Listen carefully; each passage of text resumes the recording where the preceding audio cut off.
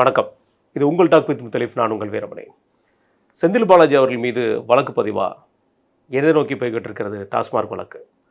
இடி விஷயத்தில் வச்சு லஞ்ச ஒழிப்புத்துறை வழக்கு பதிவு செஞ்சுருக்கு அப்படின்னு ஒரு குற்றச்சாட்டும் இருந்திருக்கு. ஆகஸ்ட் 3ஆம் தேதி போராட்டம். இன்றைக்கு கர்நாடகாவிலே போராட்டம் வெடிச்சிருக்கு. எதை பற்றி? அது மட்டும் இல்லாமல் ராகுல் காந்தி அவர்கள், மாண்புமிகு இந்தியா நாடாளுமன்றத்தோட எதிர்க்கட்சி தலைவர் ராகுல் காந்தி அவர்கள் நேற்று பேசிய வார்த்தை சர்ச்சைக்குரிய பொருளாக போயிருக்கு. இதெல்லாம் இன்றைக்கி பேச இருக்கிறோம். குறிப்பாக சப்ஸ்கிரைப் பண்ணாதவங்க சப்ஸ்கிரைப் பண்ணி பாருங்கள்.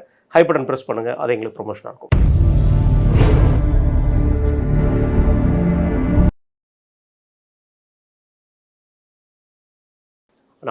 வணக்கம். முதல்ல இந்த ராகுல் காந்தி அவருடைய பேச்சுனேன், மாண்புமிகு எதிர்க்கட்சி தலைவர் அப்படிங்கிற சொல்கிற இடத்துல அவர் எப்போவுமே இருக்கிறாரு. ஆனால் அது மட்டும் தான் அவருக்கு இருக்காங்கிறது தெரியல. ஒரு சின்ன ஒரு விஷயம் என்னென்னா, ஒரு ஸ்டூடெண்ட் என்கிட்ட பேசினார். அவர் சொன்ன வார்த்தை இந்தியாவில் 3 வகை தான். ஒன்று ஸ்டூடெண்ட்டு, இன்னொன்று இடியட், மூன்றாவது ஆங்பாத். இந்த 3 பேர் தான் இருக்கிறாங்க அப்படிங்கிற ஒரு விஷயத்த சொன்னதா இவர் நாடாளுமன்றத்தில் பதிவு செய்கிறார். 3வது ஆங்பாத் அப்படின்னா, அதாவது ஃபாலோ பண்ணுறவங்க பேர் அந்த விஷயத்த சொல்லுவாங்க. இப்போ நான் உங்களை ஃபாலோ பண்ணுறேன்னா வெறித்தனமாக ஃபாலோ பண்ணுறது, நீங்கள் என்ன சொன்னாலும் அதை அக்செப்ட் பண்ணிட்டு போகிறது பேர் ஆங்பாத்துங்கிறது. அந்த மாதிரி ஒரு விஷயத்த சொல்லியிருக்காரு. அவர் அதை நாடாளுமன்றத்தில் பதிவு செய்கிறார். பதிவு செய்ததோட நோக்கம் என்ன அப்படிங்கிற ஒரு மிகப்பெரிய ஒரு கேள்விக்குறி இருக்குது. ஏன்னா இந்த இடத்துல ஸ்டூடெண்ட்ங்கிற கேட்டகரியில் இங்கே இருக்கிற நாடாளுமன்ற உறுப்பினர்கள் யாரும் வரப்போகிறது கிடையாது, இன்க்ளூடிங் ராகுல் காந்தி அவர்களும். ஏன்னா 56 வயசு ஆயிடுச்சு. இடியட்டுங்கிற வார்த்தை மிக மோசமான ஒரு வார்த்தை. இதுக்கு முன்னாடி அவர் இதை விட அநாகரிகமான வார்த்தைகளும் பயன்படுத்தியிருக்கிறார், இதையும் பயன்படுத்தியிருக்கிறார். ஆங்பாத்துங்கிறது இவரும் அடங்க மாட்டார். இவர் யாரை குறிப்பிட்டு சொல்கிறாரோ, ஒருவேளை பிரதமரை குறிப்பிட்டு சொன்னார்னா அவர் சொன்னதை இவர் ஃபாலோ பண்ணது போகிறதும் கிடையாது. இந்த மாதிரியான கொச்சையான விஷயங்களை எப்படி பார்க்குறீங்க நீங்கள்? நேருடைய பேரன், இந்திராவுடைய பேரன், நேரு ஃபேமிலி, அதை தாண்டி அவர் அடுத்த கட்டத்துக்கு நகரவே இல்லை. ஒருவேளை நமக்கு அந்த காலத்தில் இவர்களுடைய அந்த வாதங்கள்லாம் கேட்காதனால தெரியாமல் இதெல்லாம் புதுசாக இருக்கும் நம்ம தெரியல. ராகுல் காந்தி ஆரம்பத்தில் கொஞ்சம் நாலேஜபிளாக இருந்தார். அந்த கொரோனா பீரியட்லலாம் அவர் சில விஷயங்கள் பேசினதெல்லாம் ரொம்ப கரெக்டாக இருந்தது. ஒரு பெரிய பொருளாதார இதே பேரழிவை இந்தியா உட்பட உலக நாடுகள் சந்திக்கும், அவ்வளோ பெரிய பெருந்தொற்று இதெல்லாம் பேசினார். அதெல்லாம் ஓகே. அந்த டைம்லலாம் நாங்களாம் பிரமிச்சு போனோம், பரவாயில்ல அப்படின்னு. ஆனால் அவர் இந்த சில்லுண்டித்தனமாக விஷயம்னு சொல்லுவாங்க. ஒரு இப்போ நம்ம பேட்டிலேயே சில கேள்விகள், அதெல்லாம் ஒரு கேள்வி, இதுக்கெல்லாம் நம்ம பதில் சொல்ல தேவையில்லைங்க, ஒரு ஸ்டாண்டர்ட் மெயின்டைன் பண்ணோன்னு சொல்லுவோம். அந்த ஸ்டாண்டர்ட் மெயின்டைன் பண்ணுறது தான் ஒருத்தருடைய அறிவு முதிர்ச்சியை காட்டும். ராகுல் காந்தியை பப்புன்னு சொல்லும் போதெல்லாம் எனக்கெல்லாம் கோபம் வந்தது. யாரையும் இழிவுபடுத்தக்கூடாது. உலகத்தில் யாரும் அறிவு இல்லாதவர்கள் யாரும் கிடையாது. ஒவ்வொருத்தரும் ஒவ்வொரு திறமையில் இருப்பாங்க. நல்லா சம்சா போட தெரிஞ்சவனுக்கு நல்லா பைக் ஓட்ட தெரியாது, நல்லா பைக் ஓட்ட தெரிஞ்சவனுக்கு சம்சா போட தெரியாது. அப்போ பைக் ஓட்டுறவன் சம்சா போடுறவனை பார்த்து உனக்கு பைக் ஓட்ட தெரியுமா, அறிவு இருக்கான்னு கேட்பாங்களா? இந்த இதில் கமல் கேட்பார், அண்ணா சும்மா இது பண்ணிக்கிட்டு இருக்காரு, அந்த காதலான்னு நினைக்கிறேன், அதில் அவர் நடிச்சுக்கிட்டு இருப்பார், அந்த சிவன் பார்வதி. ஆமாம், சும்மா இடிக்காதுண்ணா அதுண்ணா. அப்புறம் டைலாக் ஒழுங்காக சொல்லு, கமல் கே சம்பந்தம், கமல் கே சம்பந்தம், டைலாக் ஒழுங்காக சொல்லுன்னு அந்த அம்மா சொல்லும். நீ சொல்லுவியா அப்படின்னு கேட்பாரு. நான் எப்படி சொல்லுவேன் தெரியுமா, நல்லா சொல்லுவேன் அப்படின்னு அந்த பொண்ணு சொல்லும். உடனே கமல் அடுத்த கேள்வி நான் கேட்பேன், நான் உனக்கு சம்மர் ஷாட் அடிக்க தெரியுமா? அதில் எவ்வளோ பெரிய உளவியல் அடங்கியிருக்கு தெரியுமா? ஒருத்தனுக்கு அவனுக்கு தெரிஞ்ச விஷயத்த அவன் பெருசாக நினச்சிட்டு கேட்குறான்றது தான். உனக்கு பல்டி அடிக்க தெரியுமான்னு அதான் கேட்பாரு. அப்போ என்னென்னா, கமலுக்கு பல்டி அடிக்க தெரியும், வசனம் பேச தெரியாது.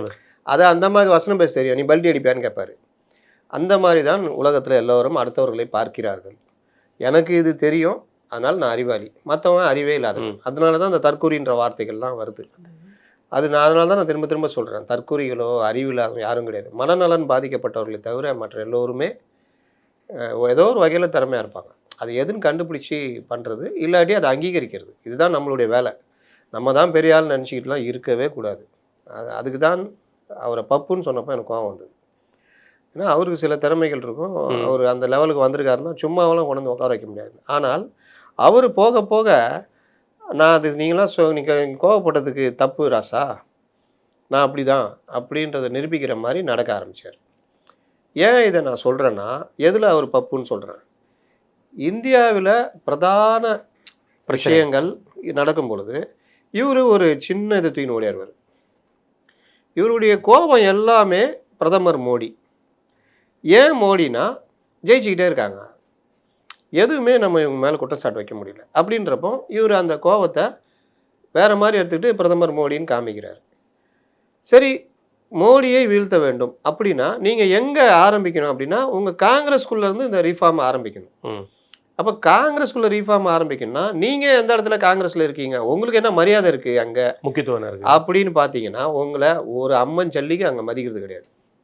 இதுக்கு நான் உதாரணம் சொல்லணும்னா, தாவேகா காங்கிரஸ் கூட கூட்டணி வைக்கிறது ராகுல் காந்தி ஆரம்பத்துலேருந்து ஆதரிக்கிறாரு. நல்ல முடிவு, செம்ம நாலேஜ் அந்த விஷயத்தில். தமிழ்நாட்டுக்கு காங்கிரஸ் தாவேகா கூட சேர்தான் கரெக்டுன்னு தாவேகாவை அங்கீகரித்த முதல் கட்சி காங்கிரஸ். அது அற்புதம். நான் சொல்லியிருப்பேன், ராகுல் காந்தி வாழ்க்கையிலேயே செஞ்ச சில நல்ல ஜோடோ யாத்திரை இந்த மாதிரி நல்ல காரியங்கள்ல புத்திசாலித்தனமான விஷயங்கள்ல தாவேகாவை கையில் எடுத்ததுன்னு. ஆனால் அம்மன் ஜல்லிக்கு உங்களை மதிக்கலன்னு சொன்னல, ஈஸியாக டிஎம்கே இங்கே இருக்கிற சிதம்பரத்தையும் செல்வப்பிரந்தையும் ஏற்பாடு பண்ணி சோனியா காந்தியை பேசி கார்கேட்டை பேசி அப்படியே மாற்றிட்டாங்க. மறுபடியும் வலுக்கட்டாயமாக திமுக கூட்டணிக்கு காங்கிரஸை கொண்டு வந்தாங்க. உங்களை யாராவது மதிச்சாங்களா? இதுதான் காங்கிரஸ். நண்டு வியாபாரிங்க அதை கட்டி போட மாட்டேன்னு சொல்லுவாங்க. ஏன் கட்டி போடணும்னா, ஒரு நண்டு ஏறும்போது இன்னொரு நண்டு இழுத்து போட்டுருவாங்க. ஓ, ஓகே. அதனால அதை கட்டி போட மாட்டாங்க. மற்றதெல்லாம் அப்படி கிடையாது, மூடி கீடி வச்சு மூடுவாங்க அப்படின்னு. அந்த மாதிரி பாம்புக்கு பார்த்தீங்கன்னா, ஒரு தொலையில் நீங்கள் என்ன பெரிய பாம்பாக இருந்தாலும் ஒரு தொலையை அப்படி காமிச்சு தட்டினீங்கன்னா அதுக்குள்ளே போயிடும். அதுவாக போயிடும். நீங்கள் மூடிட்டீங்கன்னா கம்முன்னு படுத்துக்கும். அது நீங்கள் டப்பா பார்த்தீங்கன்னா அது படுத்துறது இல்லை, மூடிட்டீங்கன்னா கம்முன்னு படுத்து எடுப்பார். அந்த மூடியை திறந்துட்டுலாம் வராது அந்த பாம்பு கூட. இப்போலாம் நீங்கள் ரொம்ப பார்க்க மாட்டீங்க, ரேரு அப்படி இருக்கும். அது திறந்துட்டுலாம் வராது, ஏன்னா ஒரு கம்முன்னு பத்து கிடப்பார். நீங்கள் எடுத்தாப்பர் கூட வராது, ஒரு தட்டினோன்னா புஷ்னு எஞ்சி நிற்கும். அந்த மாதிரி தான் இந்த விவகாரத்தில் இவர்கள் ஒரே மாதிரி அந்த மைண்ட் செட்டு. நீ நல்லது நினைக்கிறியா ராகுல் காந்தி, நான் அதை விட மாட்டேன். காங்கிரஸ் தாவேகா கூட சேர்ந்து தேர்தலுக்கு முன்னாடியே நின்று இருந்தா 40 இடமோ 50 இடமோ வாங்கி நின்று இருந்தாங்கன்னா குறைஞ்சது 40 இடம் ஜெயிச்சிருக்கோம். ஆமாம், தாவேகா தனி மெஜாரிட்டி வந்திருக்கும். அப்போ இந்த மாதிரி விவகாரத்தில் உங்களுக்கு காங்கிரஸ்குள்ளேயே மரியாதை கிடையாது. சரி, வெளியில் வந்தால் பாஜகவை எதிர்த்து நீங்கள் என்னென்ன பிரச்சாரம் கொண்டு போகிறீங்க அப்படின்னு பார்த்தா, வலுவான பிரச்சாரம் ஏதாவது பண்ணுறீங்களா அப்படின்னு பார்த்தா, பீகார் எலெக்ஷனில் பாஜக அந்த நிதிஷ்குமார் கட்சிக்கு எதிராக அந்த மாநிலத்துக்குள்ளே இருக்கிற பிரச்சனை கையில் எடுத்து தான் நீங்கள் பெருசாக பேசியிருக்கணும். கொண்டு போயிருந்தால் அது தேர்தலில் ஓரளவுக்கு எதிரொலிச்சிருக்கும். ரெண்டாவது, அவங்க என்ன கோரிக்கை அந்த மக்களுக்கு கொடுக்குறாங்களோ அதை விட கொஞ்சம் கூடுதலாக கொடுத்து அவங்க நம்பிக்கையை பெறணும். ஆனால் இவர் என்ன பண்ணிட்டாரு, அகில இந்திய லெவலில் நடக்கிற கோரிக்கையை தூக்கிக்கிட்டு அதிலும் அது குழந்தைத்தனமான ஒரு எதிர்ப்பு, எஸ்ஐஆர் எதிர்ப்பு, அதை தூக்கிட்டு அவர் அங்கே போய் பிரச்சாரம் பண்ணார். அப்போ இவருக்கு நாலேஜ் இல்லைன்றது தெரிஞ்சு போச்சு. இவருக்கு ஜஸ்டிஃபை பண்ணுறது, ஜஸ்டிஃபைடில் எதை கையில் எடுக்கணுன்ற அந்த நாலேஜ் இருக்குல்ல, அந்த நேரத்தில் அது கிடையாது. அதில் இதுதான் நம்ம பார்லிமெண்ட்டில் கூட ஒரு இதில் நல்லா பேசுவார். பேசி முடிச்சுட்டு நேராக பிரதமர்கிட்ட போவார், அவரை கட்டிப்பிடிப்பார். அவரும் கட்டிப்பிடிச்சிட்டு சாதாரணமாக இருப்பார். அது வரைக்கும் கூட ஏற்றுக்கலாம். ஆனால் உக்காந்துட்டு ஒரு கண்ணடிப்பார். அதான் கண்ணடிக்கிறது. இது அவர் வகித்து வந்த பதவிக்கு தகுதியானது இல்லை. இன்னொன்று, ஒரு பிரதமர், நாட்டுடைய பிரதமர், அவரை நீங்கள் கருத்தோடு தான் மோதணும்.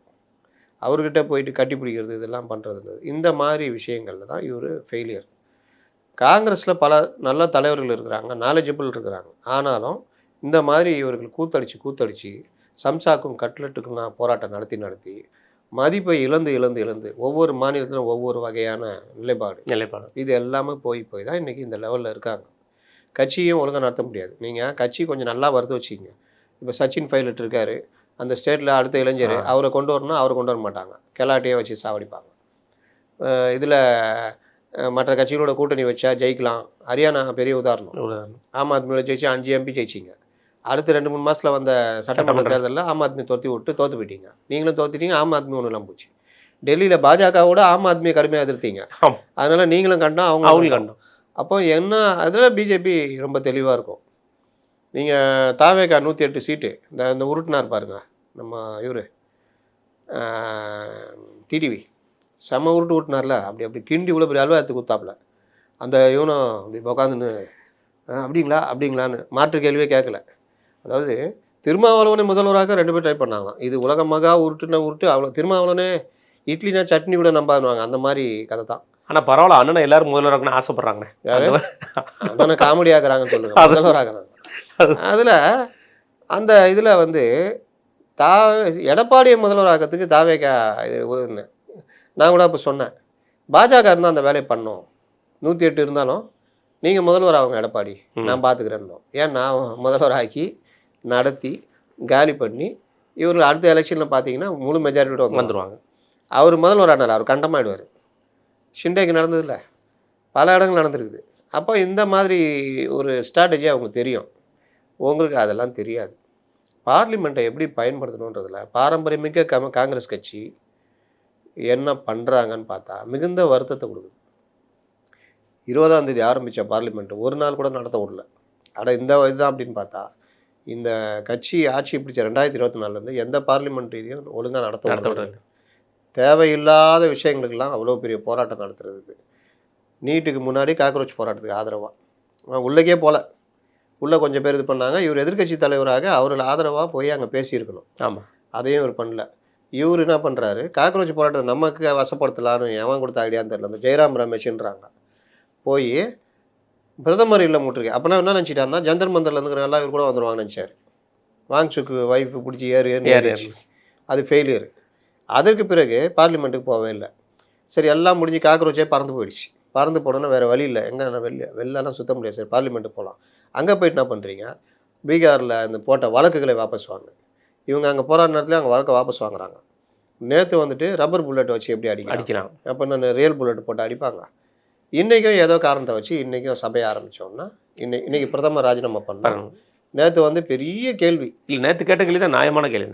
அந்த கேள்வியெல்லாம் பார்த்தீங்கன்னா, ஏன் இந்த அவையில் வந்து பிரதமர் உட்காரல, அமித்ஷா அவர்கள் வரல, பயப்படுறாரு அப்படின்னு உனக்கு பதில் சொல்ல வேண்டிய இடத்துல தேஜஸ்வி யாதவ், கிரண் ரிஜிஜு, அனுராக் தாக்கூர் இவங்களே போதுமே. கொடுத்த அடி நேற்று மரண அடி, மெரின்னு மெரிக்கிறாங்களே.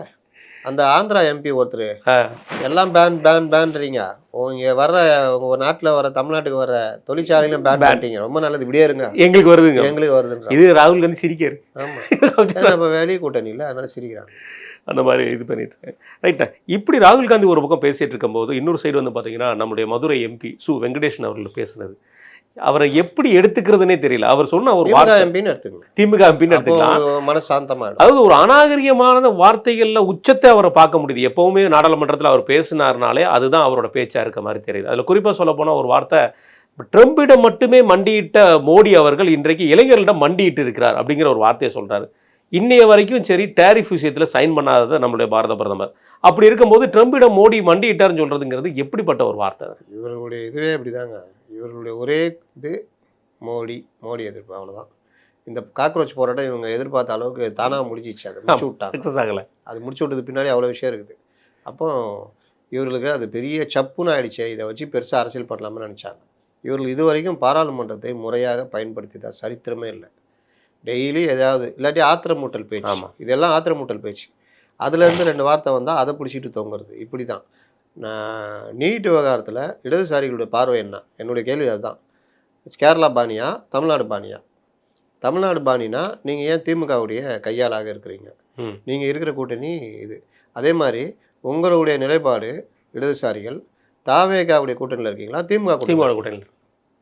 இப்போ வரைக்கும் அதுவும் அகில இந்திய தலைமை தாவேகா கூட்டணியில் இருக்கணுன்றது. இவர்கள் விசுவாசத்தை திமுக காமிச்சிட்டு இருக்காங்க. இதுதான் இவர்கள்ட்ட இருக்கிற பிரச்சனை. ரைட்ண்ணே, தமிழ்நாட்டுக்கு வரோம்ண்ணே. நேற்று செந்தில் பாலாஜி அவர்கள் மீது ரைடு 41 இடங்களில் சோதனை நடந்திருக்கு, வழக்கும் பதிவு செஞ்சுருக்காங்க. இதெல்லாம் யார் பேர் அப்படிங்கிறத பார்த்தா நம்ம கடந்த பார்த்துருப்போம், இடியிலேருந்து வந்த கம்ப்ளைண்ட்டு. இடி வந்து உயர்நீதிமன்றத்தில் சொன்ன நபர்கள் மீதே வழக்கு பதிவு செஞ்சு அவங்களுடைய சம்மந்தப்பட்டவங்க இடத்துலையும் வந்து நேற்று இது போயிருக்காங்க, சோதனைக்கு போயிருக்காங்க. இன்றைக்கு சோதனை முடிஞ்ச உடனே நம்மளால் என்ன பண்ணுவாருங்கிற இன்றைக்கி காலையிலே நமக்கு எல்லாருக்கும் தெரிஞ்ச மாதிரி உயர்நீதிமன்றத்தில் போய் நின்றுடுச்சு. மனு போட்டப்போ எனக்கு முன்ஜாமீனை கொடுங்கன்னு. அந்த முன்ஜாமீனை ரத்து பண்ணிட்டாங்க. இப்போ பரபரப்பு என்னன்னா 2 விஷயம் தான் இருக்கும். ஒன்று கைதாக இருக்கும், இல்லைன்னா ப்ரைவேட் ஆஸ்பத்திரியாக இருக்கும். எங்கே நோக்கி போவார் செந்தில் பாலாஜி? ஹாஸ்பிட்டல் அட்மிட் அண்ணன் உடம்பு சரியில்லை வரலன்றாருல, அப்படின்னு என்ன அர்த்தம்? அட்மிட்டடு எங்கேயாவது ஒரு ஹாஸ்பிட்டலில் செட் பண்ணி இந்த இதெல்லாம் மாஸ்கெல்லாம் மாட்டி படுக்க வச்சுருவாங்க, முடிஞ்சுது.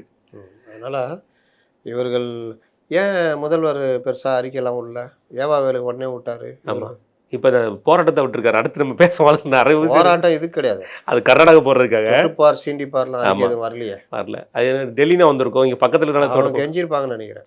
தொட்டுப்பார் சீண்டிப்பார் விடாதீங்க, ரொம்ப தொட்டுருவான். ஆமாம், சிக்கலை கொடூரமான கோபத்தில் இருக்கிறாங்க அப்படின்னு. இதில் சில சட்டப்புலிகள் என்ன சொல்கிறாங்கன்னா, நீங்கள் கூட அதான் சொன்னீங்க, ஈடி சொன்ன அதே குற்றச்சாட்டை இவங்க சொல்கிறாங்க, அதனால் ஈடிக்கு தடை விதிச்சாங்கல்ல, இதுவும் நிற்காது அப்படின்னு. ஒருத்தன் பைக்கில் வர்றான், பைக்கை பார்க் பண்ணுறான், 2 பேர் உள்ளே போய் துப்பாக்கியை காமிச்சு நகையெல்லாம் பறிச்சுக்கிட்டு வெளியில் ஓடி வரும்போது ஒரு காரை மடக்கி காரில் ஏறி தப்பிச்சு ஓடுறான். இது போலீஸ் ரிப்போர்ட்டு. காரை செக் போஸ்ட்டில் மடக்கி பிடிச்சிட்டோம் வச்சுக்கோங்க. இது இடி ரிப்போர்ட்னா, இப்போ டிவிஎஸ்சி ரிப்போர்ட் போட்டால் 2 பேர் காரில் செக் போஸ்ட்டில் மாட்டுறாங்க, அப்படியே ரிவர்ஸில் வந்து பைக்கை இது நகையை போய் பேங்க்கில் வைக்கிறாங்க, அப்படியே ரிவர்ஸில் வந்து வெளியில் பைக்கில் ஏறி போகிறாங்க. இப்படியே எழுத முடியும்? அவங்களும் இதை தான் எழுதணும். ஒரே ரூட்டு தான், வேற என்ன? இதில் ஈடிக்கு உச்சநீதிமன்றம் அடுத்து நீங்கள் ரைடு போகக்கூடாதுன்னு இடைக்கால உங்களுடைய முன்னெடுப்புகளை நிறுத்தி வைக்கணும்னு இடைக்கால தடை. அந்த தடையும் விலகிச்சா இருக்குதான்னு தெரில. ஏன்னா அவர் ஒரு வித்தியாசமான ஒரு இதை கொடுத்துட்டு போயிட்டார். ஆமாம், நீங்கள் வந்து விஜய் மண்டல் வழக்கில் என்ன தீர்ப்பு வருதோ அதை பொறுத்து தான் நீங்கள் இயங்கணும்னு போயிட்டார். அந்த வழக்கு டிசம்பரில் வர வேண்டியது இன்னும் வரல.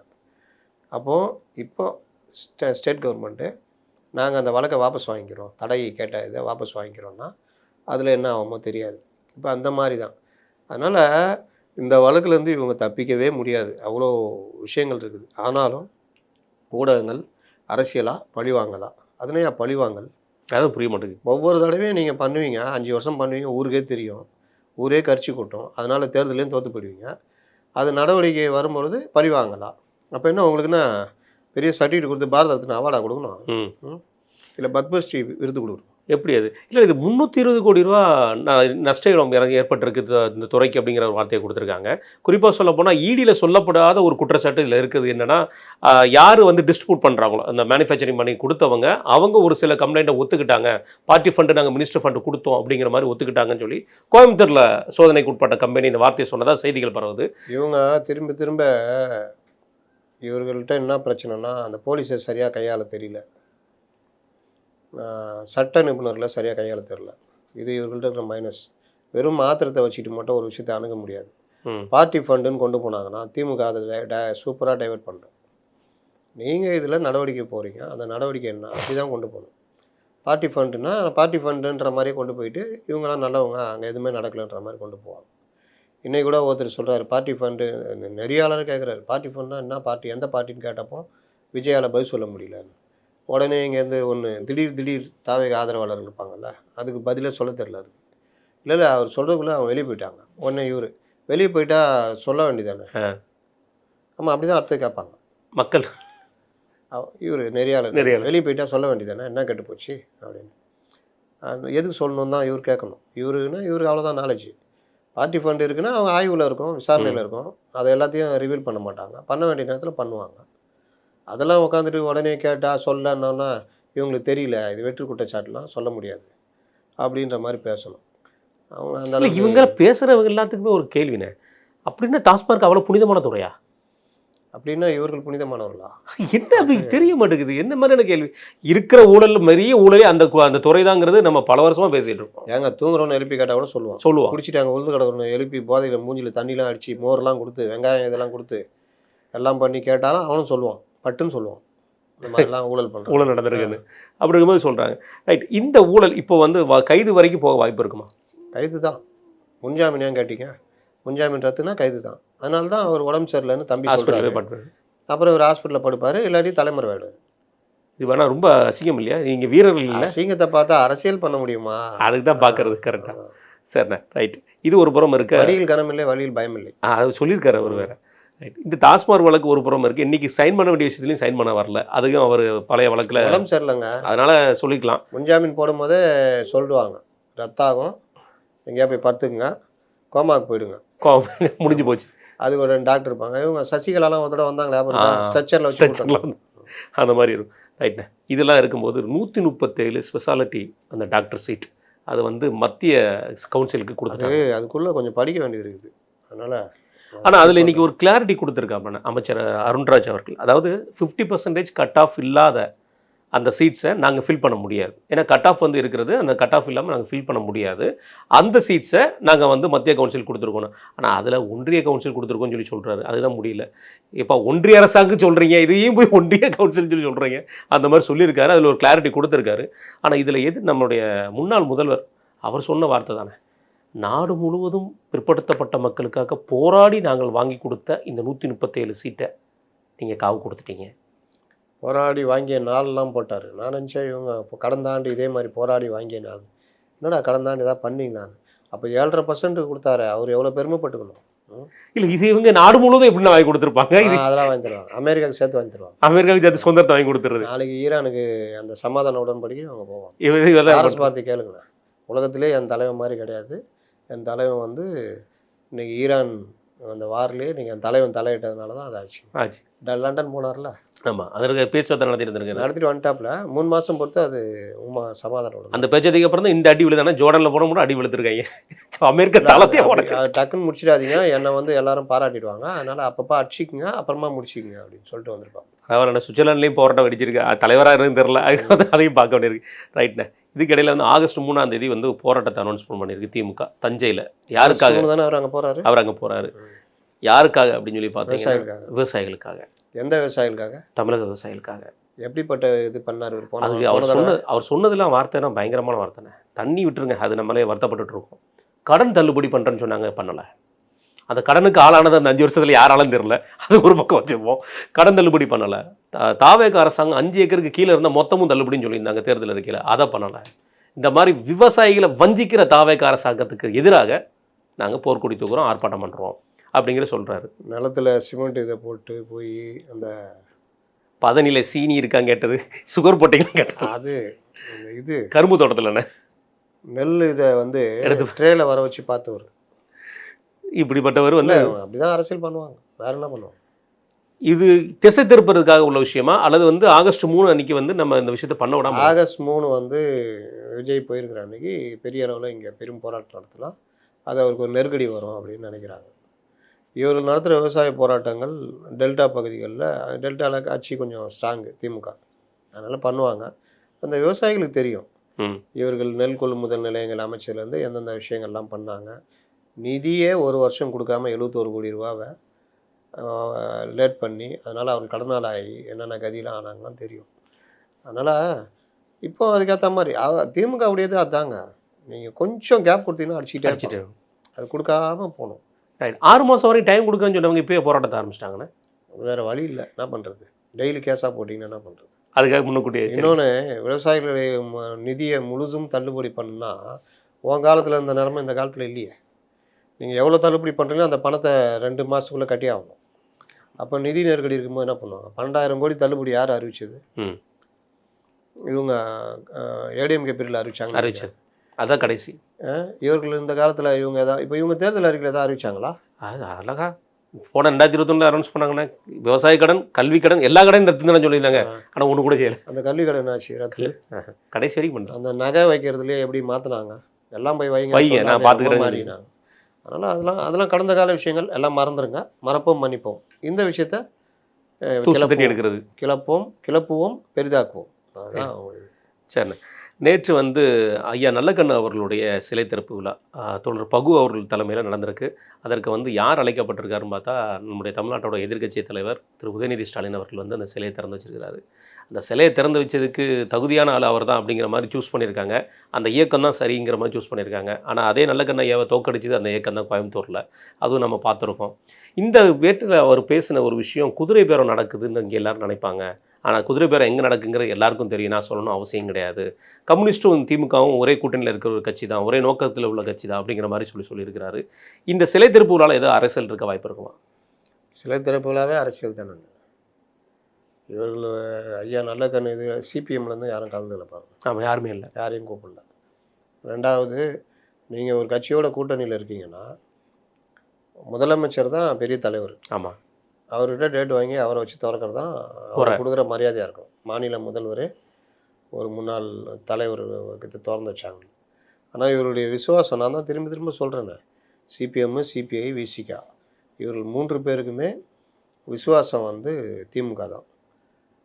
சும்மா வேறு வழி இல்லாமல் இங்கே வந்து ஆதரிச்சுக்கிட்டு பண்ணிக்கிட்டு இருக்கிறாங்க. இதில் சிபிஎம், சிபிஐ வந்து டெல்லி முடிவெடுத்து தாவேகா கூட்டணிக்கு போயிடுச்சு. ஆனால் இவர்களை பொறுத்த வரைக்கும் மனசே இல்லை போகிறதுக்கு. இன்றைக்கும் எல்லோருமே திமுகவில் தங்கிட்டாங்க. இன்றைக்கி திமுக பண்ணுறது தான் கரெக்டு. உதயநிதி மிகப்பெரிய தலைவர்னு பேசிகிட்டு இருக்காங்க. சூப்பராக சட்டசபையில் பேசிட்டாருன்னு பேசிகிட்டு இருக்கிறாங்க. அந்த அளவுக்கு தான் இவர்கள் அறிவு மழுங்கி போய் கிடக்குது. நான் மழுங்கி போயிடுச்சுன்னு சொல்லுவேன். ஏன்னா மார்க்சிஸ்டுகள் ஒரு குறிப்பிட்ட வருஷத்துக்கு மேலே அவர்களுடைய நாலேஜே வளரல. ஒரு குறிப்பிட்ட எல்லைக்குள்ளேயே சுருங்கி போய் கிடக்குறாங்க. நீட்டு ஃபேர் நீட்டுன்னு கேரளாவில் போராடுறான், இங்கே பேன் நீட்டுன்னு போராடுறான். அப்போ இதுலேயே 2 பேருக்குமே வித்தியாசம் இருக்குது. என்ன வித்தியாசம்னா இங்கே திமுகவுடைய கோரிக்கை அது. சரி, நீட்டுக்குள்ளே என்ன பிரச்சனை இருக்குதுன்னு அடிப்படை அறிவு ஒரு தேடல் கூட இல்லை. நீட்டுக்கு முன்னாடி இப்போ திமுக நீட்டு பேன் சொல்லுதுன்னா அது நியாயம் இருக்குது. ஏன்னா மெடிக்கல் காலேஜ் எல்லாம் வருமானம் போச்சு. ஆமாம், உனக்கு என்ன அப்போ ஒட்டுண்ணி வியாபாரம் பண்ணுறியா? சீட்டுக்கு ஆள் பிடிச்சி கொடுக்குறது கோட்டா, இது உனக்கு போச்சு. நேற்று தேஜஸ்வரி யாதவ் கேட்டிருப்ப பார்த்துருப்பீங்கள்ல, 80 லட்சம் கொடுத்து சீட்டு வாங்கினது இல்லை தமிழ்நாட்டில் மறந்துட்டீங்களா கேட்டு கேள்வி அடி அடி கொடுத்து செஞ்சு அவர் எஞ்சால பிரச்சனை தான். அப்போ இந்த மாதிரி விவகாரங்கள்லாம் இவர்கள் வந்து ரொம்ப மோசமாக திமுக ஆதரவு வால் பிடிக்கிற கட்சிகளாக மாறிவிட்டார்கள். அது பகிரங்கமாக வெளிப்படுத்தினது நேற்று நிகழ்ச்சி. அதில் இவர் சொல்கிறாரு வீரபாண்டியன், திமுகவும் காங்கிரஸும் திராவிட இயக்கமும் காங்கிரஸும் ஒன்றாக இணைந்து கம்யூனிஸ்டும் ஒன்றாக இணைந்து பயன்படுத்தவங்க. எமர்ஜென்சி பீரியடில் வச்சு நொங்குனாங்களே திமுகவை, சிபிஎம் எல்லாரையும். அன்னைக்கு இந்திய கம்யூனிஸ்ட் கட்சி எங்கே இருந்தது? திராவிட இயக்கத்தோடையா இருந்தது. 99 to 2004 நீங்களும் திமுக ஒன்றாக பயணிச்சிங்க. உங்களை கழட்டி விட்டு தானே போனார். ஜெயலலிதா 96 தோக்கடிக்கும் போது உங்கள் உறவு தேவை. 99 அங்கே போகும்போது உங்கள்கிட்ட தான் கேட்டு போனாரா? ஒன்றுமே இல்லையே. ஒன்றாக பயணித்தவர் தான் நானே வெளியிட்டு ராஜ்நாத் சிங்கை கூப்பிட்டீங்களா? நீங்கள் கீழே உட்காந்தீங்களா? அப்போ இந்த மாதிரி விஷயங்கள் எல்லாமே இவர்கள் ஒன்றாகலாம் பயணித்ததெல்லாம் கிடையாது. அப்பப்போ சேருவாங்க, விலகுவாங்க. கேட்டால் பாஜகவை எதிர்ப்பான். சரிப்பா, 80க்கு முன்னாடி யாரோட எதிர்ப்பில் இருந்தீங்க? திமுக கடுமையான காங்கிரஸ் எதிர்ப்புன்னாங்க. நீங்கள் காங்கிரஸ் கூடயே ட்ராவல் பண்ணீங்க. 75க்கு அப்புறம் மிஸ்ஸாக்கு பிறகு தான் நீங்கள் தப்பு பண்ணிட்டோன்ட்டு வெளியே வந்தீங்க. அப்புறம் காங்கிரஸ் எதிர்ப்புன்னு ஓடி இருந்தது. பாஜக ஆளான பிறகு இப்போ பாஜக எதிர்ப்புன்னு வச்சுக்கிட்டு காங்கிரஸ் ஒன்றும் நல்ல கட்சியாக தெரியுது. 50கள் 60கள்லாம் என்னன்னு சொல்கிறது. அதனால் இவர் சொல்கிற வரலாறுலாம் தப்பு. அதே மாதிரி காக்ரோச் போராட்டத்துக்கு நாங்கள் இடம் கொடுத்தோம், அவங்க எங்களையும் தான் திட்டினாங்க அப்படின்னு. உங்களை எங்கே திட்டினாங்க? அதான் கடைசி நாள் வெளியே போன்னு சொன்னப்போ திட்டினாங்க. யோ நே கட்சி நடத்துகிற, புரட்சி கட்சின்ட்டு எங்களை தொத்தி விட்ற அப்படின்னு. ஆமாம், எல்லாம் முடிஞ்சிச்சு கிளம்பு அப்படின்னு சொல்லும் போது திட்டினாங்க. எல்லா கருத்தும் மாற்று கருத்து தாவேகா மேலே தான் இருந்துச்சு. இவரெல்லாம் சேர்ந்துக்கிட்டு தாவேகா திட்டிருந்தாங்க. முட்டரசன் திட்டல, என்ன திட்டிட்டு இருந்தாரு? ஒரே ஒரு கட்சி மட்டும் நான் சேர்த்துக்க மாட்டேன். என்னையா கொள்கை, போங்களையா வெளியேன்றேன். ஏன் உங்களை யாராவது இது பண்ணாங்களா? பிடிக்கலன்னா வெளியே போயேன். சிபிஎம்முக்கு சேர்த்து சொல்கிறேன். ஆமாம், ஏன் ரெட்டை நிலைப்பாட்டில் உயிர் வாழ்ந்துருக்கீங்க? ஏன் வாழ்க்கையில் ஒரு தெளிவான முடிவை எடுக்க மாட்டீங்களா? தாவேகா ஆதரிக்கிறேன்றீங்க, அப்புறம் என்ன திமுக தொங்கினுக்கிறீங்க? அவசியம் தெரியுதா இவர்களுக்கு? தேசிய தலைமைக்கு இவங்களுக்குமே உள்ள முரண்பாடு இல்லை. ஒருவேளை அவங்கள ஃபாலோ பண்ணுறவங்களோட நிலைமை என்னென்ன இருக்கும்? இப்போ நீங்கள் அந்த சித்தாந்தத்தில் சில நாள் பயணிச்சிருக்கீங்க. நான் அந்த சித்தாந்தத்தில் உள்ளவன் தான், நான் பயணிச்சேன் உள்ளவன் தான். இவங்க இப்போ எல்லாம் சரியில்லைன்ட்டு தான் நான் விலகி இருக்கிறேன். அது எப்படி? நான் அந்த ஃபாலோ பண்ணுறவங்களோட மென்டாலிட்டி எப்படி இருக்கும்? மென்டாலிட்டி லாடம் கட்டின கதை தான். தலைவர் சொன்னா கரெக்டு. ஏன்னா ஒரு நாட்டில் அவங்க கட்சிக்காரங்க எதிர்கட்சியும் ஆதரிக்கணும் சொல்கிறேன்னாங்க. கட்சியில் இருக்கிற வரைக்கும் எனக்கு பாஜக காரங்களை பார்த்தா கொலகாண்டு வரும். எவனுமே யோகியம் கிடையாது. பாஜகவில் ஒருத்தன் கூட நல்லவன் கிடையாது அப்படின்ற எண்ணம் எனக்கு உண்டு. மாற்று கட்சி இருக்கிறவங்களும் நல்லவர்களே கிடையாது. அது அதிமுக எல்லாம் அப்படி. திமுக நல்ல கட்சி. கலைஞர் கலைஞரை விரட்டி விட்டப்போ கலைஞர் வந்து சரியில்லை, ஒரு அயோக்கியர். அது இப்படி தான் மாறி மாறி அந்த லாடம் கட்டின மாதிரி தான் இருந்தது. இதை விட்டு வெளியில் வந்தால் பிறகு தான் எல்லா கட்சியிலும் நல்லவங்களும் இருக்காங்க, எல்லா கட்சியிலும் அயோக்கியங்களும் இருக்காங்க. குறிப்பாக மார்க்சிஸ்ட் கட்சியிலையும் இந்திய கம்யூனிஸ்ட் கட்சியிலும் அயோக்கியர்கள் இருக்கிறார்கள், சுயநலவாதிகள் இருக்கிறார்கள்ன்றலாம் தெரிஞ்சுது. அதுவும் பத்திரிகையாளர் ஆன பிறகு இதில் எல்லாத்துலேருந்து விலகி வந்து வெளியில் நிற்கணும். தப்புனா தப்பு, ரைட்னா ரைட்டு சொல்லணும் யாராக இருந்தாலும் அப்படின்றது. மேகதாட்டு அணையில் நீங்கள் மத்திய அரசு கேட்டால் நான் தப்பு பண்ணுவேன். அவர்களுக்கும் இந்த தேர்தல் அரசியல் தேவை கர்நாடகாவில். அதனால் அவர்களும் லைட்டாக இன்றைக்கி வந்திருக்கிற ஒரு ஆர்டிஐயில் வந்த விஷயம் என்ன, பூலோக நண்பர்கள் வந்து அவங்க போட்டிருந்த ஆர்டிஐயில் வந்திருக்கிறது. ஒரு மாதத்துக்கு முன்னாடியே காவேரிக்கு அந்த மேகதாது அணைக்கட்டுறதுக்கு உண்டான அந்த கொட்டேஷன் இருக்கு இல்லையா, அதை ரத்து செஞ்சுருக்காங்க. காவேரி போர்டு வந்து ரத்து செஞ்சுருக்காங்க. காவேரி போர்டு தாங்க பண்ணுது, மத்திய அரசு என்ன பண்ணுதுன்றான். மத்திய அரசு கண்ட்ரோலில் தானே காவிரி நதிநீர் ஆணையம் இருக்குது. நதிநீர் ஆணையம் தனிங்க, ஆணையம் எப்பவுமே தனியாக தான் இருக்கும். அது மத்திய அரசு கண்ட்ரோல்லாம் இருக்காது. ஜல்சக்தி தான் மத்திய அரசு கண்ட்ரோல். அப்போ உச்சநீதிமன்றம் ஜல்சக்தியும் மத்திய அரசு அந்த காவேரி ஆணையமும் அனுமதிக்காமல் நீங்கள் பண்ண முடியாது. மத்திய அமைச்சர் என்ன சொல்கிறாரு, அதில் விளாட்றாரு, வார்த்தையில் விளாட்றாரு. எங்கேயுமே தமிழ்நாட்டு கேட்டு தான் கட்டணும்லாம் கிடையாதுன்றார். இதை தான் ஒருத்தர் எடுத்துகிட்டு வந்து எனக்கு புத்தி சொல்கிறாரு என்னுடைய சேனல் கமெண்ட்டில். அந்த இந்த இந்த வேலை தான் பண்ணக்கூடாது. உச்சநீதிமன்றம் என்ன சொல்லுதுன்னா, ஜல்சக்தி காவிரி ஆணையம் ஒப்புதல் இல்லாமல் நீ ஒரு கல்லை கூட எடுத்து வைக்க முடியாது. அப்படி சொல்லுதுன்னா என்ன அர்த்தம்னா, காவேரி ஆணையத்தில் தமிழ்நாடு, கேரளா, பாண்டிச்சேரி எல்லாம் தான் இருக்காங்க. ஆமாம். அப்போ அவங்க தானே அப்டேட் பண்ணுவாங்க. காவேரி ஆணையம் தனியாக தான் இருக்கா? அப்போ இந்த மாதிரி விஷயங்களில் தான் இந்த மாதிரி சொல்லலையே, அப்போ அவங்க கட்டுறதுக்கு தடை இல்லை, நீங்கள் அழுகாதீங்க அப்படின்னு தான் போடுறாங்க. ராசா, அங்கே யார் அத்தாரிட்டியோ அவங்க, அந்த அத்தாரிட்டியில் இவங்கெல்லாம் உறுப்பினர்கள், நீயும் தான் உறுப்பினர். இதுதான் நடைமுறை. அப்போ இதில் மத்திய அமைச்சர் சௌத்ரியும் நைஸாக விளாட்றாரு. இதை நம்ம கண்டிக்கிறோம். இதுதான் விஷயம். அதனால் தப்பு ரைட்டு யாராக இருந்தாலும் இதுதான் தப்பு, இதுதான் ரைட்டு அப்படின்னு. இந்த பார்களை, அந்த டாஸ்மார்க்கை மாநகராட்சி நகராட்சிகளில் தனியார் மயமாக்கணும். முன்ன கொஞ்சம் குடிச்சிருந்தான், இப்போ எல்லாரும் குடிக்க ஆரம்பிப்பான். புது புது முதலாளிகள், புது புது ஆளுமைகள்ன்றதை விட என்ன சொல்லலாம், கண்டபடி உருவாகும். பணக்காரனும் அரசியல்வாதிகளும் உங்களுக்கு ஒவ்வொரு இதுலேயும் உருவாகுவான். அவன் ஆதிக்கவாதிகளாக மாறுவான். இதில் ஜெர்மனோட டாக்டர் ஒரு ரிப்போர்ட் ஒன்று இருக்குண்ணே. அதாவது 50 வருஷத்துக்கு மேலே ஒரு பர்டிகுலர் ஜீன் அவங்க சம்மந்தப்பட்டவங்க வந்து குடிச்சிட்டே பழகிட்டு இருந்தாங்கன்னா அடுத்த வர ஜென்ரேஷன் ஆட்டோமேட்டிக்காகவே ஆல்கஹால் ஆகிடும். அதுதான் பெரிய விஷயம். அப்பம் குடித்தா புள்ள குடிப்பான். அது ஆட்டோமேட்டிக்காக மாறிடும். உளவியல் ஜீன்லாம் வேணாம், உளவியல் ரீதியாகவே அப்பம் வீட்டில் குடிச்சிட்டு இருக்கிறான் டெய்லினா அந்த அவனுக்கு பாட்டில் வாங்கிட்டு வரது, அந்த வாசனை, அப்பாவே குடிக்கிறாரு நமக்கு என்ன அப்படின்றது. அப்பா குடித்தாருன்னா அப்புறம் அவர் எப்படி குடும்பத்து மேலே அக்கறை வைப்பார், அந்த பையனுக்கு எப்படி ஒரு பொறுப்பு வரும். அப்போ அவனுக்கு இது எல்லாமே பழகிடும். அடுத்த தலைமை அப்படி தானே ஆயிருக்குது தொடர்ந்து. ஆனால் இதுக்கு உண்டான மீட்டிங் எங்கேயாவது நடந்த மாதிரி அதாவது தகவல் வெளியிருந்த மாதிரி இருக்குது. இந்த பாரை வந்து பிரைவேடைசேஷன் ஆகுறங்கிற ஒரு விஷயத்த அப்போ வந்து கிளப்பிட்டு இருக்கிற விஷயம் இல்லை. டாஸ்மார்க்கை வந்து பிரைவேடைசேஷன் ஆகுங்கிற விஷயத்த ஆக்கினா ஆட்டோமேட்டிக்காக பாரம் அதே மாதிரி ஆயிரும், பிரைவேடைசேஷன் ஆயிரும். பார் இப்போ தனியார் கையில் தானே இருக்குது. ஆமாம், அது ஆட்டோமேட்டிக்காக வர்றது வந்து டாஸ்மாகே அப்படியே கொடுத்துட்றது. மாநகராட்சி நகராட்சியிலன்னு ஒரு ஐடியா இருக்குதுன்றாங்க. அப்படி கொண்டு வந்தால் நீங்கள் இதில் நடந்த தப்புனால தான் அரசு கையில் எடுத்துச்சு. ஜெயலலிதாலாம் என்ன ஏன் முடிவு எடுத்தாங்கன்னா, நீங்கள் ஒயின் ஷாப் ஓனர்னு பார்த்தீங்கன்னா லோக்கலில் இருக்கிற கட்சிக்காரன் எல்லாம் ஒயின் ஷாப் நடத்துவான். அதில் ரவுடிசம் பண்ணுவான்.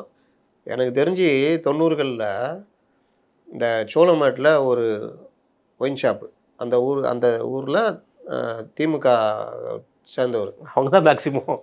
நீங்கள் குண்டர் படம் இருக்கும், உள்ளே குடிச்சிட்டு எவனா பண்ணுறோன்னு போட்டு அடி செம்மடி அடிச்சு ஒருத்தெல்லாம் ரொம்ப சும்மா ரெடியாகவே இருக்கும் எல்லா இடத்துலையும். அந்த டைமில் இல்லாத இதெல்லாம் பண்ணுவானுங்க. அநியாயம்னா அநியாயம், அந்த அநியாயம். வெளியில் வந்து ரோட்டிலலாம் வந்து அடிப்பானுங்க. கேட்டால் அவர் ஆளும்பா, அவங்க ஆளுங்கப்பா. நான் இந்த சினிமாவில் நடக்கிற மாதிரி காட்சியெல்லாம் பார்த்தேன். அப்போது இந்த மாதிரி ரவுடிஸும், அப்புறம் 10 ஒயின் ஷாப் வச்சுருந்தான் அவன் பெரிய ஆள். அந்த ஒயின் ஷாப்பில் 2 சரக்கு ஓடும். ஆமாம், நல்ல சரக்கும் ஓடும், கள்ளச்சாராயமும் ஓடும். இந்த மாதிரி பல முறைகேடுகள் நடந்ததுனால தான் இங்கேயாவது பாட்டிலுக்கு 10 ரூபா தான் வாங்குறான், அங்கே எல்லாமே நடக்கும்.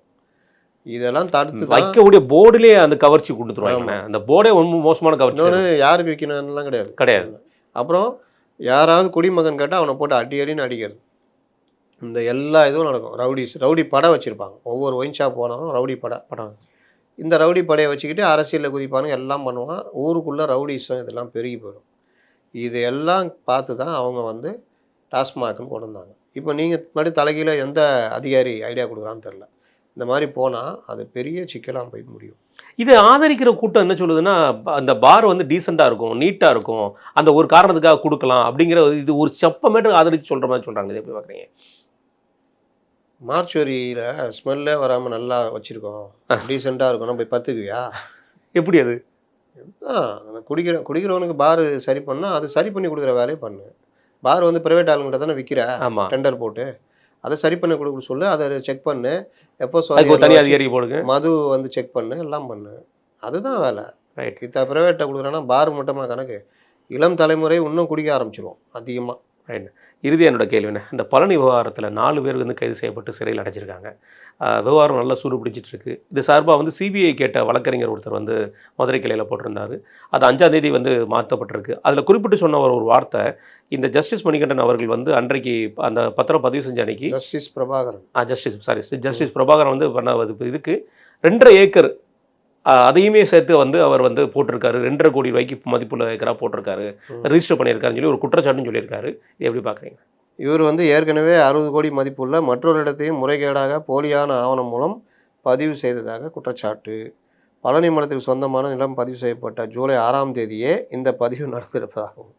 அவனை இது இன்னும் எத்தனை மேட்டர் வருதோ தெரியல. அவனை இதுக்குன்னே கொண்டு வந்துக்கிறாங்க போல. சில பேர் வந்து தூக்கு போகிறதுக்குன்னே ஒருத்தர் இருப்பார் தெரியுமா? எல்லாரும் தூக்கு போட்ட முடியாது. அதுக்குன்னே அவர் கயிறு ரெடி பண்ணி ஆள் வெயிட்டு பார்த்து எல்லாம் பண்ணுவார். கவர்மெண்ட்டு அவரை வாடகைக்கு வைக்கும். ஒரு நாளைக்கு இவ்வளோன்னு கூலி. அந்த மாதிரி கொலை பண்ணுறதுக்குன்னு ஒரு ஆளை கொண்டு வருவாங்க. இந்த மாதிரி பண்ணால் இவன் தேவைன்னு அந்த மாதிரி இந்த மாதிரி போலி பத்திரம் பதிவு பண்ணோன்னா ஜஸ்டின் மணிகண்டனை கூப்பிடு பெஸ்ட் அடிங்க மாதிரி அப்படின்ற மாதிரி கொண்டு வந்து மாட்டட்டும் நல்ல விஷயம்தான். கண்டிப்பாக. ரைட். மிக்க நன்றி. நேரத்தை